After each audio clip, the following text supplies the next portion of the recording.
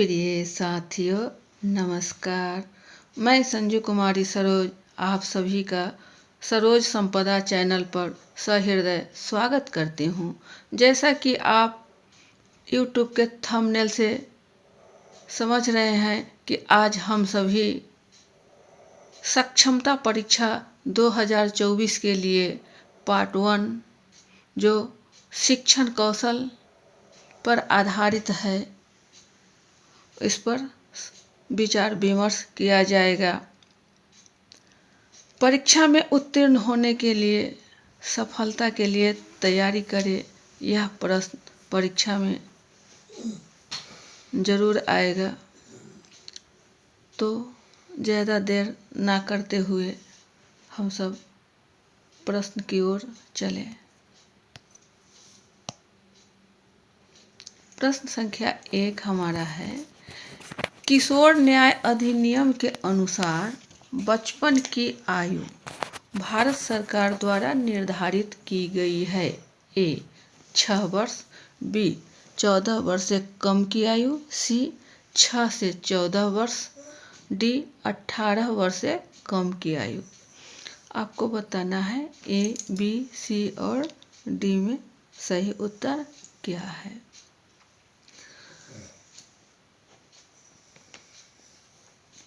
तो जैसा कि हम सभी जानते हैं, किशोर न्याय मतलब जो किशोरावस्था के बच्चा है, उनके बचपन की आयु क्या निर्धारित की गई है। 6 वर्ष नहीं, 14 वर्ष से कम की आयु यह सही है। 6 से 14 वर्ष गलत है। 18 वर्ष से कम की आयु। इस प्रकार हमारा सही ऑप्शन बी है, जो 14 वर्ष से कम की आयु है। यह आपको 1986 के अनुसार बाल श्रम निषेध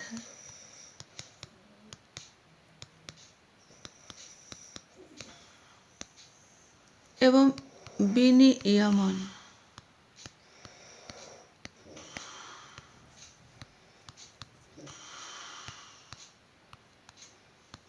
अधिनियम के तहत यह भी 14 वर्ष से कम की आयु के लिए है। तो उत्तर का मिलान कर लिया जाए। ये हमारा रहा सही उत्तर, 14 वर्ष से कम की आयु। अगले प्रश्न की ओर। प्रश्न संख्या 2 है, भारत में मतदान की आयु 21 वर्ष से घटकर 18 वर्ष संविधान के किस संविधान संशोधन के द्वारा की गई। ए 5वां संविधान संशोधन 1955, बी 42वां संविधान संशोधन 1976, सी 86वां संविधान संशोधन 2002। नहीं, ये तो होगा आपको 1900 और 61वां संविधान संशोधन 1989। आपको सही उत्तर बताना है ए, बी, सी और डी से। तो 5वां संविधान संशोधन जो 1955 में है, 21 वर्ष से घटकर 18 वर्ष संविधान के लिए नहीं था। ये आपका सही उत्तर है। 61वां संविधान संशोधन 1989। इसका सही उत्तर का मिलान कर लिया जाए। ये हमारा सही उत्तर है 61वां संविधान संशोधन 1989। और अब अगले प्रश्न की ओर। प्रश्न संख्या 3, मोरलैंड और लेविन के समाजीकरण की प्रक्रिया के 5 चरणों को क्रमानुसार व्यवस्थित कीजिए। ए अनुस्मरण, बी समाजीकरण, सी अनुरक्षण, डी अन्वेषण, ई पुनः समाजीकरण। ऑप्शन है आपको ए, बी, सी, डी। 1 में है आपको ए, बी, डी, ई, सी, 2 में है आपको बी, सी, डी, ई, ए और 3 में है आपका डी, ए, सी, बी, ई और 4 में है आपका डी, बी, सी, ई, ए। आपको सही उत्तर बताना है A B C D E से कि सही उत्तर क्या है। तो जैसा कि आप देख रहे हैं कि ये मोरलैंड और लेविन के समाजीकरण, मोरलैंड और लेविन के समाजीकरण की प्रक्रिया के 5 चरणों को क्रम से करना है सिंक्रोनस सिस्टम में। ये आपको क्रोनोलॉजिकल सिस्टम आपको लगाना है, क्रोनोलॉजिकल। तो इसका आएगा, सबसे पहले आपका होगा डी अन्वेषण, 1 नंबर पर अन्वेषण। समाजीकरण ये आपका होगा 2 नंबर पर। अनुरक्षण 3 नंबर पर। और पुनः समाजीकरण 4 नंबर पर। उसके बाद अनुस्मरण आपका 5वें नंबर पर। इस प्रकार ऑप्शन हमारा सही होगा डी, डी बी सी ई ए। उत्तर का मिलान कर लिया जाए। ये रहा सही उत्तर डी बी सी ई ए। अब अगले प्रश्न की ओर। प्रश्न संख्या 4 हमारा है, समाजीकरण वह प्रक्रिया है जिसके द्वारा व्यक्ति अपने सामाजिक परिवेश में समायोजन करता है तथा उस परिवेश का एक मान्य सदस्य बन जाता है। यह कथन किसका है? ए क्रो एवं क्रो, बी स्किनर, सी हरलॉक, डी जेम्स ड्रेवर। आपको सही उत्तर बतलाना है ए बी सी और डी से। तो इसका सही उत्तर है आपको जेम्स ड्रेवर। सही उत्तर है आपका जेम्स ड्रेवर।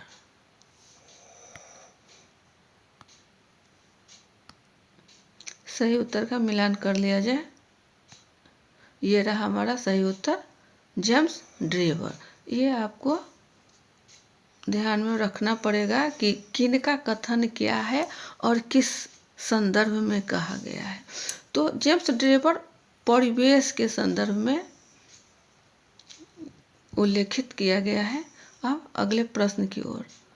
प्रश्न संख्या 5 है हमारा, जापान में बच्चों को क्या कहा जाता है? ए बेबी, बी इन्फेंट, सी अकाचान, डी उपर्युक्त में से कोई नहीं। तो आपको सही उत्तर बतलाना है ए बी सी और डी से क्या होगा।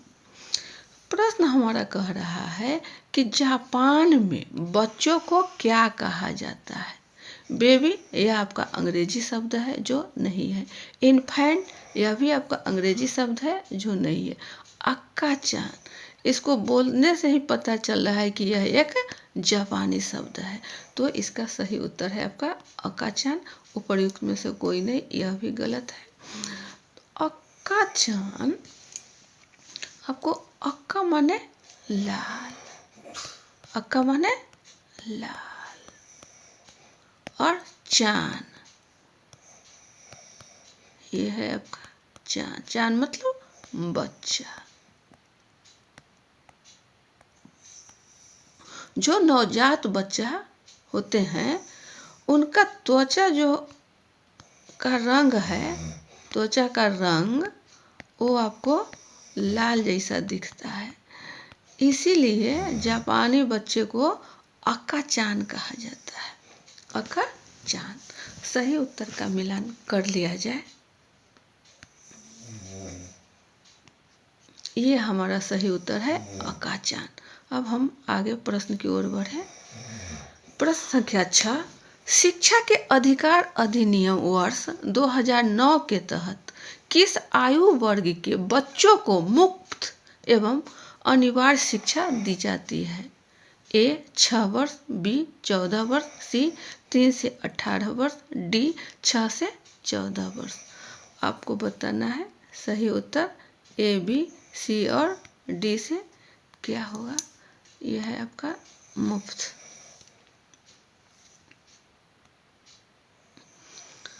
तो हम सब जानते हैं कि शिक्षा के अधिकार अधिनियम 2009 में जब लागू हुआ तो बच्चों को मुफ्त एवं अनिवार्य शिक्षा दी जाने लगी।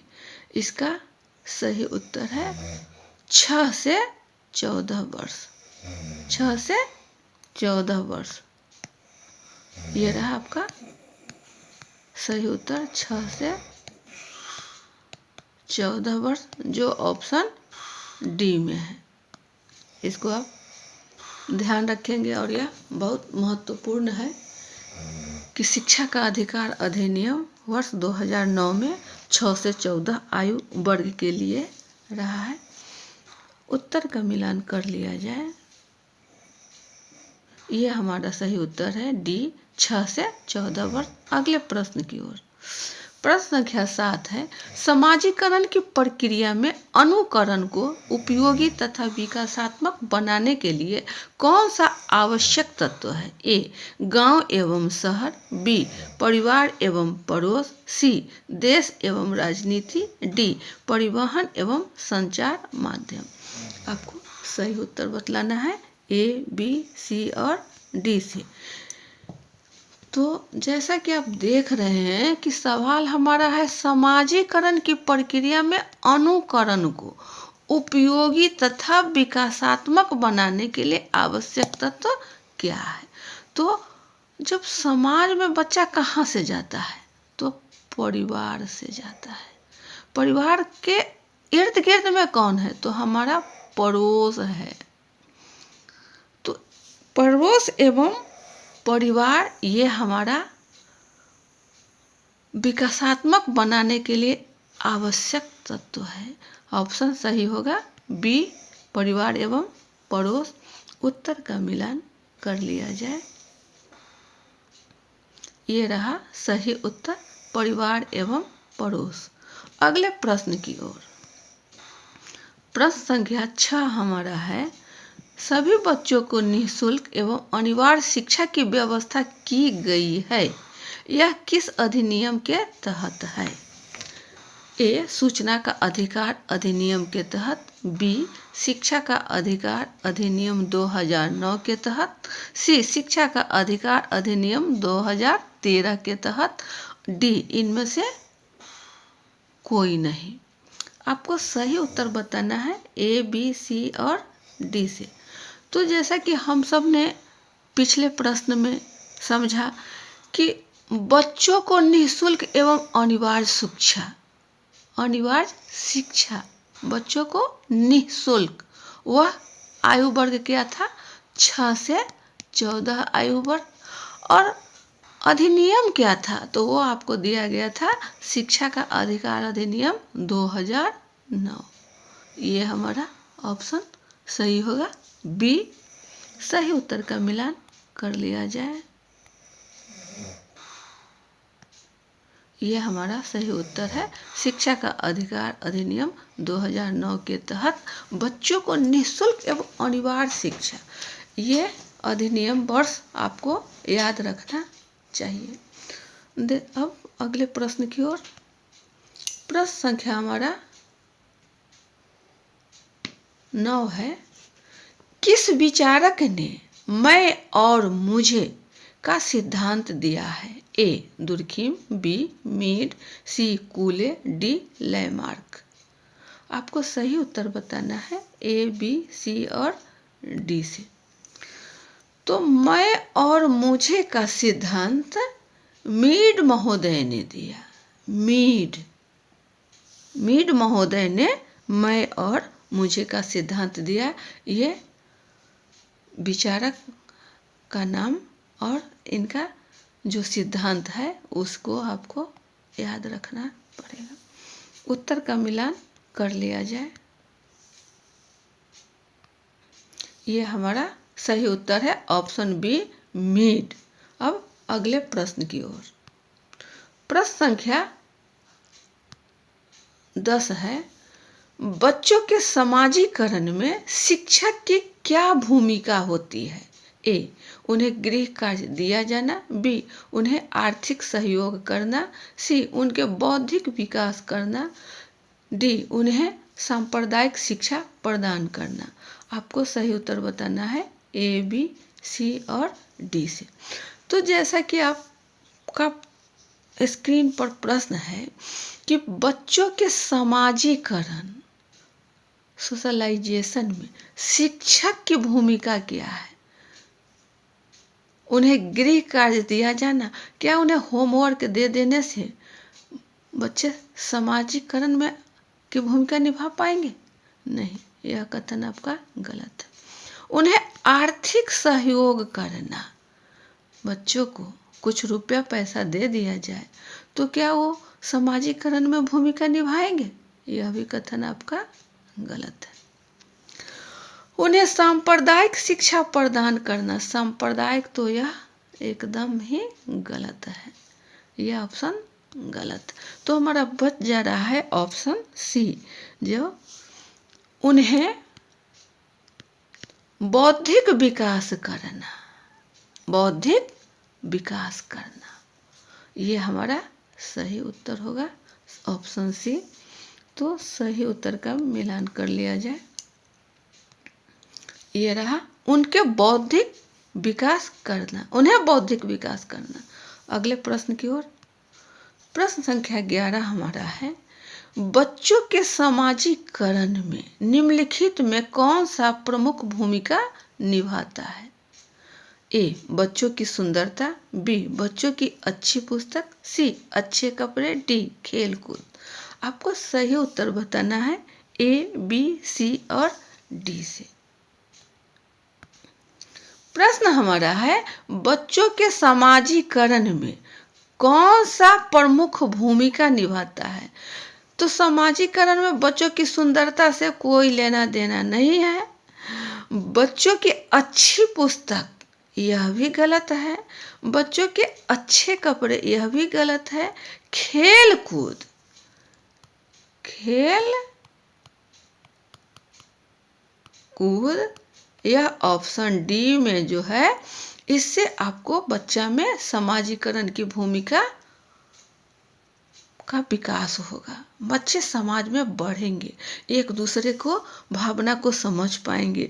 खेल को खेल की तरह ही समझना चाहिए, उसमें हार जीत का महत्व तो नहीं है, लेकिन समाज में समाजीकरण का विकास खेल कूद से बढ़ता है। तो सही उत्तर का मिलान कर लिया जाए, ये हमारा सही ऑप्शन है डी, खेल कूद। अब हम सब अगले प्रश्न की ओर बढ़े। प्रश्न संख्या है 12। नसीमा प्रायः घर में ज्यादा बात नहीं करती, लेकिन वह विद्यालय में काफी बात करती है। यह दर्शाता है कि ए, नसीमा को अपना घर बिल्कुल पसंद नहीं है।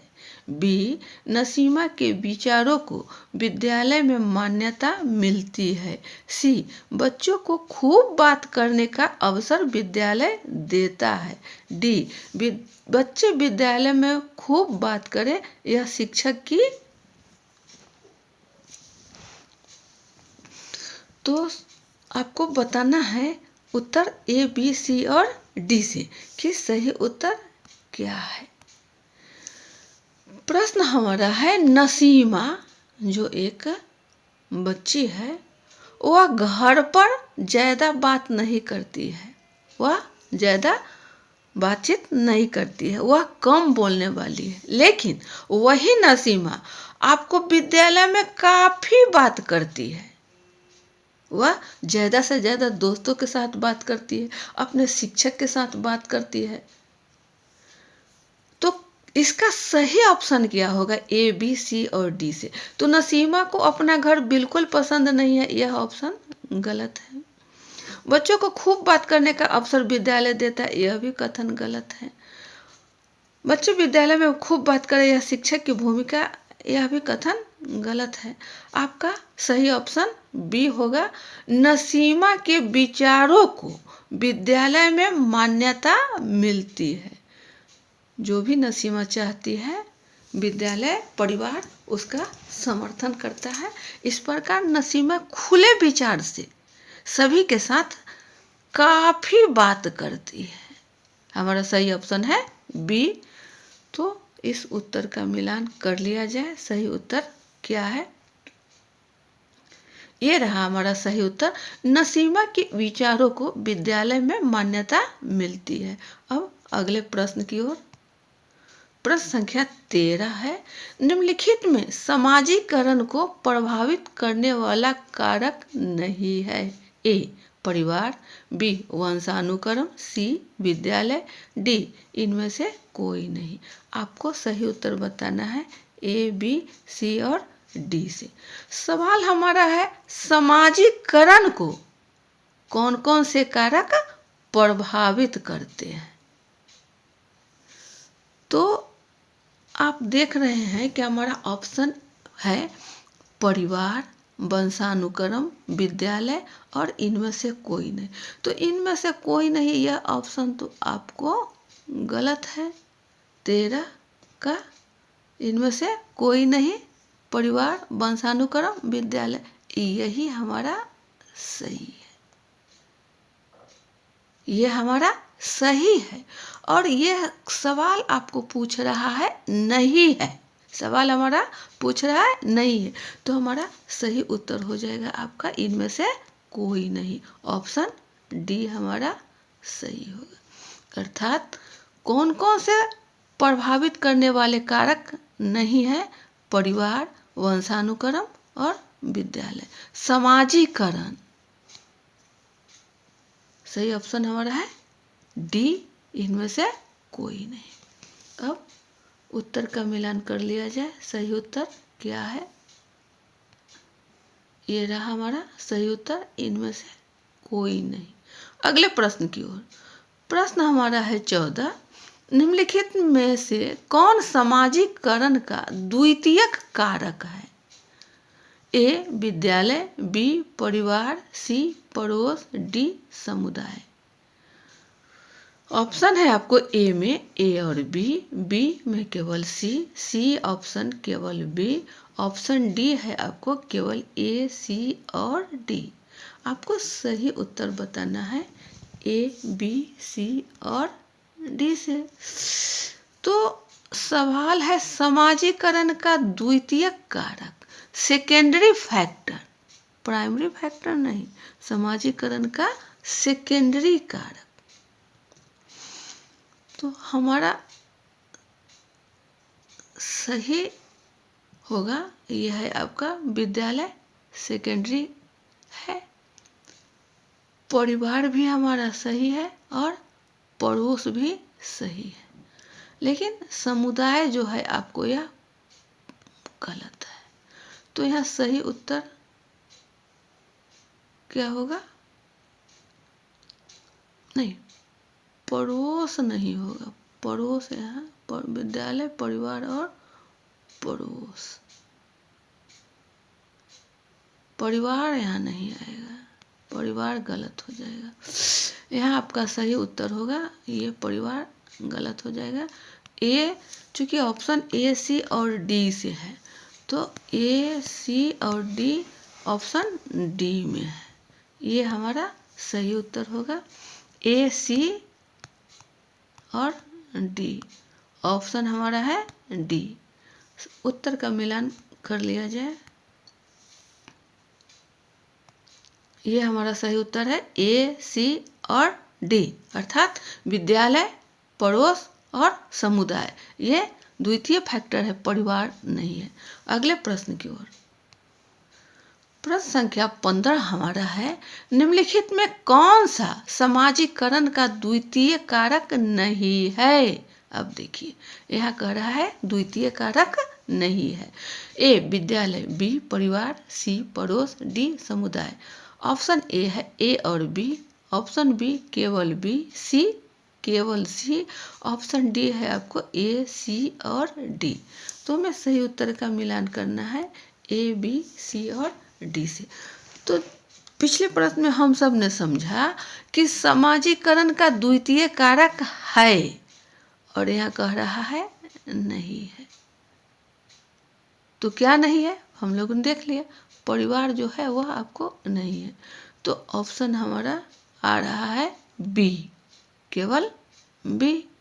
इस प्रकार हमारा सही उत्तर होगा केवल बी, विद्यालय गलत, पड़ोस गलत और समुदाय गलत। तो सही उत्तर का मिलान कर लिया जाए।